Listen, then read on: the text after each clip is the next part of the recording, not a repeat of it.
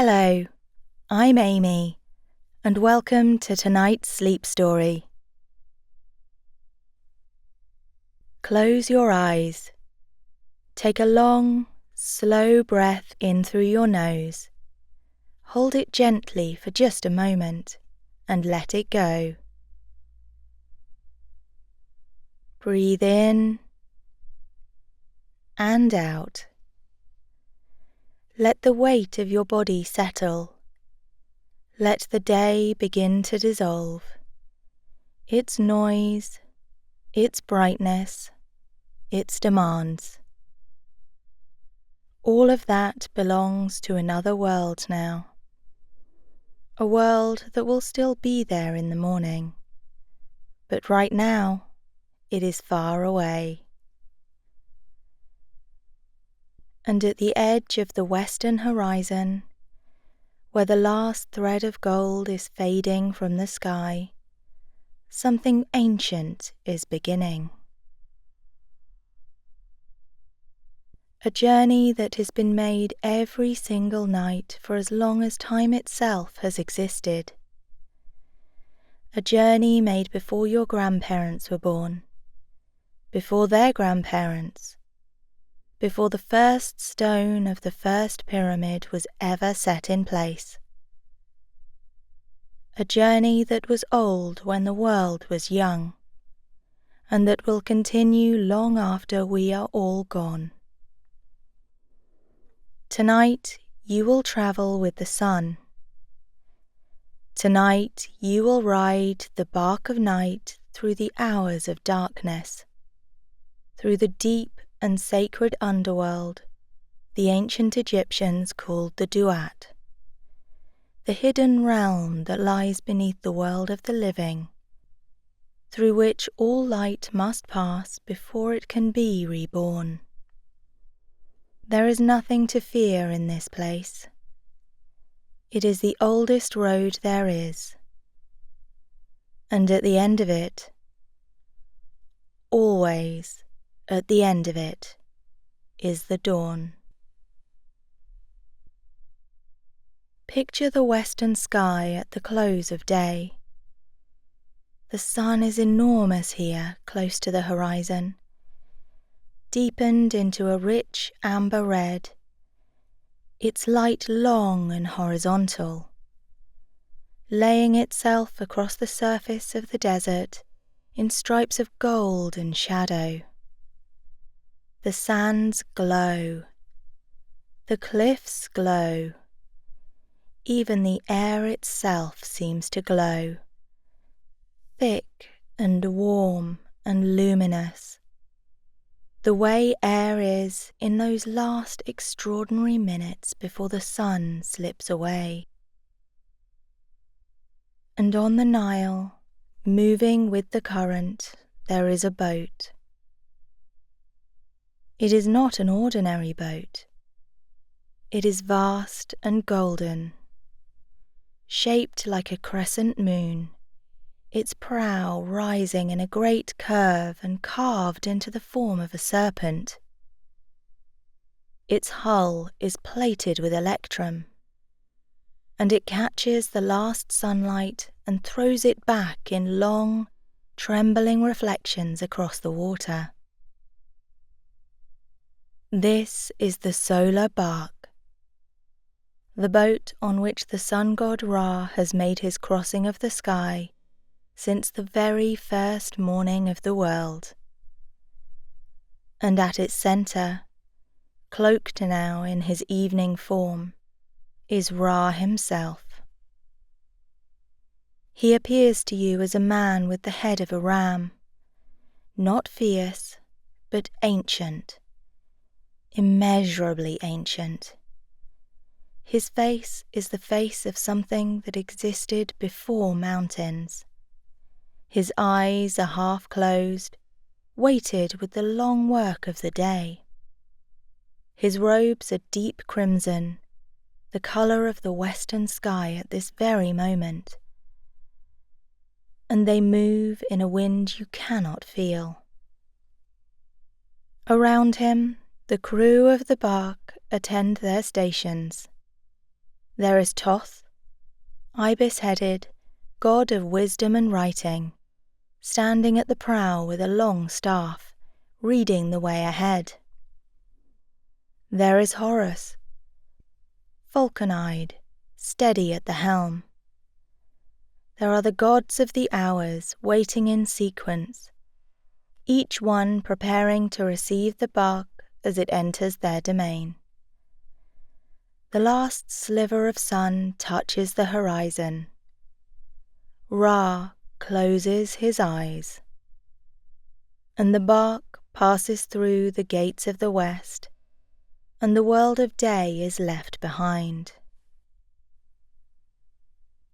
The gates of the west are tall and made of cedar wood bound with copper, and they open inward with a sound like a long exhalation, a breath released after being held all day.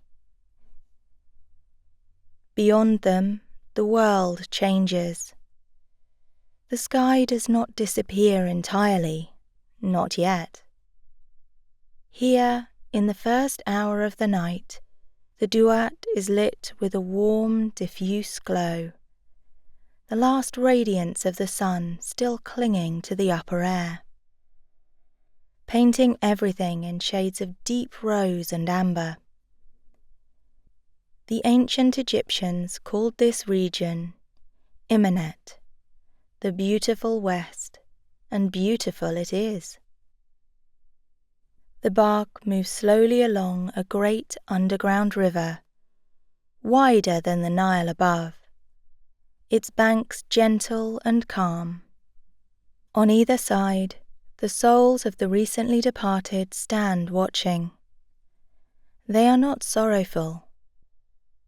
They raise their hands as the bark passes, greeting Ra, drawing close to the warmth and light he carries. Even in this first dark corridor, Ra's presence is a gift. He is the light that passes through the darkness, and in passing through, he illuminates it. Ra's presence is a gift. He is the light that passes through the darkness, and in passing through, he illuminates it before moving on. Ra opens his eyes and looks upon them. He sees each one. For a moment, those who stand upon the bank feel seen and known and held. Then the bark moves on. The gates of the first hour close behind you with the softest sound.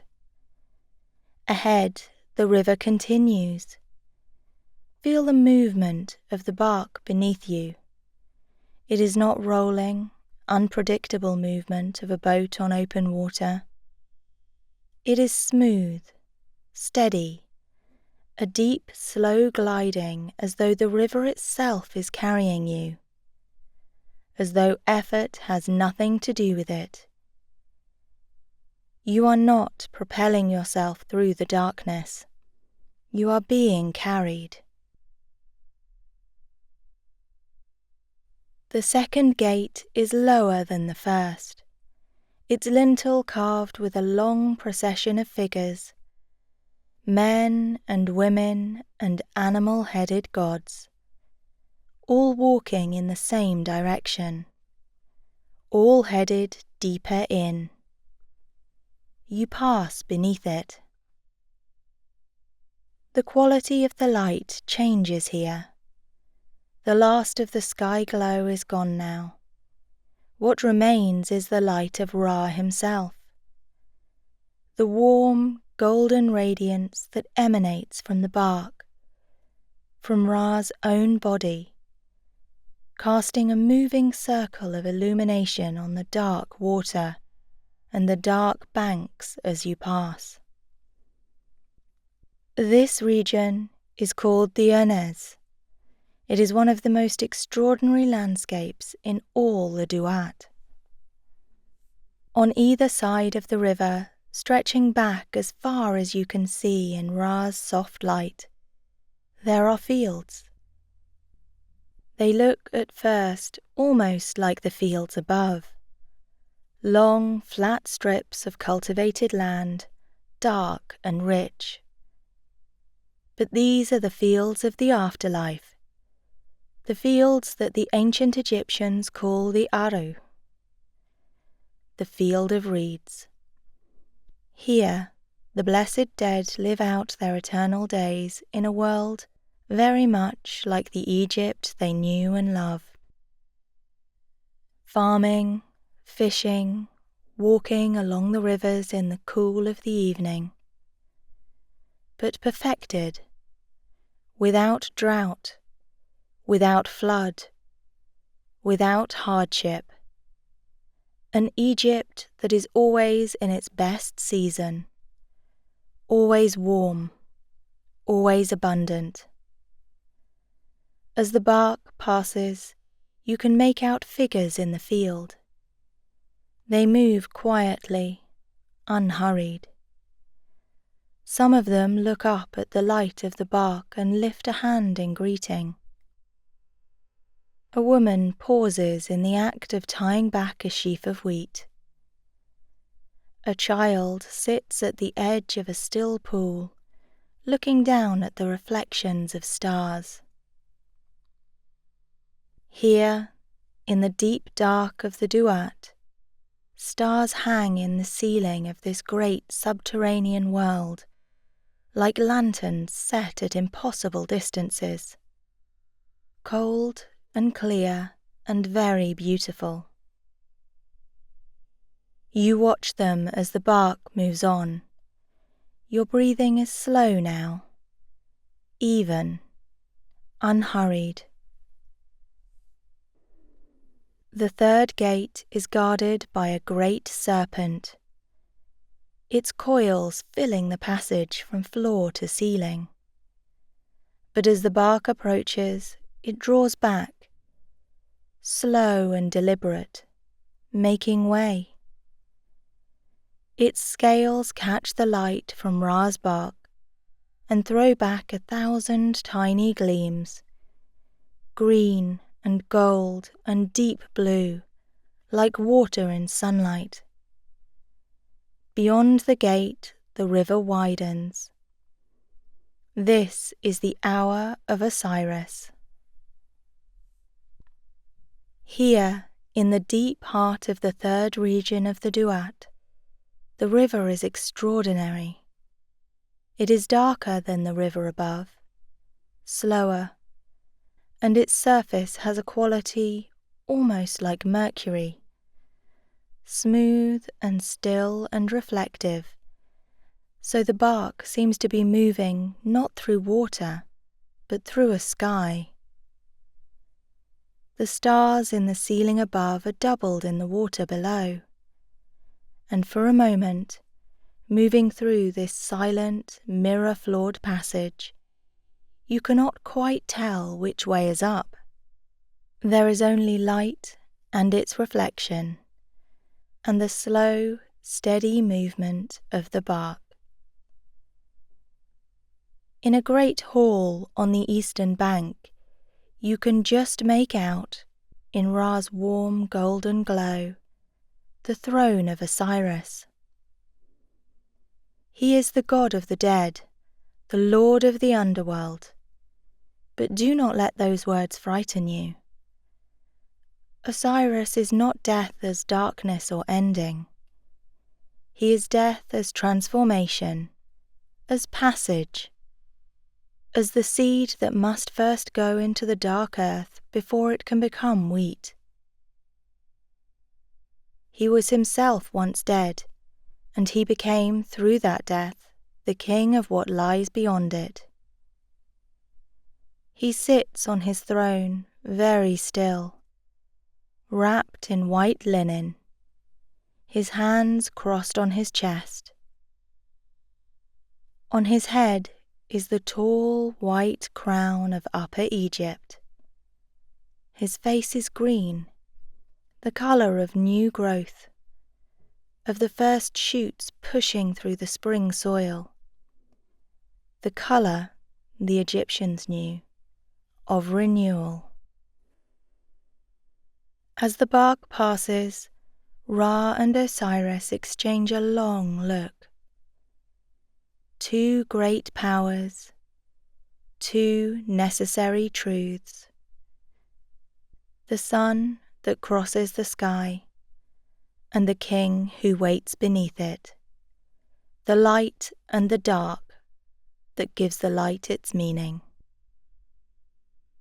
Between them, something passes, a recognition, a gratitude, and then the bark has moved on, and the hall of Osiris recedes behind you into the dark. Let your body be heavy now, heavy and warm and still. Let the river carry you. The fourth hour is the strangest. The river here does not flow. It ends, simply and without warning, at a great sandy shore, and the bark must be drawn up and carried overland through a narrow passage deep in the rock. This is the domain of Sekher, the ancient god of the Memphis necropolis, the god of stillness and deep silence. He is one of the oldest gods in all of Egypt, older perhaps than Ra himself, older than story, older than memory. He does not speak. He does not move. He simply is, the silence at the center of things, the stillness that underlies all motion. His realm is drawn in the ancient papyri as a place of absolute darkness, not frightening darkness, but the darkness of the deepest cave, the darkness of the space between stars. A darkness so complete it becomes almost a presence in itself, warm and close and deeply still. The crew of the bark haul it forwards on sledges, and the only sound is the soft hiss of the runners on the sand, and the slow, even breathing of those who pull. You move through the dark. You cannot see anything. You do not need to. You know you are moving forward. You know the way is certain. You have only to be still and trust and let the darkness hold you completely, without effort, without question. This is the hour when sleep begins to reach you. Let it. Let the darkness of Sekir's realm settle over you like the heaviest, softest blanket imaginable. There is no one to see, no need to know what is ahead. The bark is moving. The way is known. All you need to do is rest. The fifth gate is the gate of the hidden one, and beyond it the river begins again. You are deep in the Duat now, deeper than the fields of the dead, deeper than the hall of Osiris, deeper than the sandy road of Sekir. This is the very heart of the underworld, the place where the darkness is most complete and the silence is most absolute. And it is here, in the deepest darkness, that the most miraculous thing in all the Duat takes place each night. Somewhere in this fifth region is a cavern whose walls are carved with 10,000 sacred words in writing so small it would take a lifetime to read. There is a figure lying in perfect stillness. It is Ra, or rather, it is the body of Ra, his form, his shell, the part of him he has shed like a serpent sheds its skin in order to travel this dark road. The living Ra who rides the bark passes over this sleeping form each night. In that passing, something extraordinary happens. The living Ra and the sleeping body of Ra meet, briefly, in the deep dark of the 5th hour. And in that meeting, they give each other life. The living Ra renews what was worn and exhausted. The sleeping body gives back what was given away all day. It is a reunion of that self with itself, a homecoming. Think of this as the bark glides over that deep and hidden cavern. Think of your own body lying heavy and still. Think of whatever part of you is most tired, most worn, most in need of renewal. Let the passing of the bark illuminate it, just for a moment. Let the warmth of Ra's light reach down through the dark. You are being renewed, even now, even in the deepest dark. The 6th hour is midnight, the exact center of the night, the point equidistant from both sunset and sunrise, the fulcrum on which the whole long dark pivots. Here, at the precise midpoint of the Duat, the river is at its widest and most calm. The ceiling above is very high, so high you cannot see it. The air is perfectly still. The bark moves without sound, without effort, as though it is floating, not on water, but on something denser and more ancient. The primordial substance from which the world itself was made, in the first moment of creation. The Egyptians called this substance Nun, the primordial waters, the deep that existed before the first dawn, before the first God spoke the first word and called the world into being.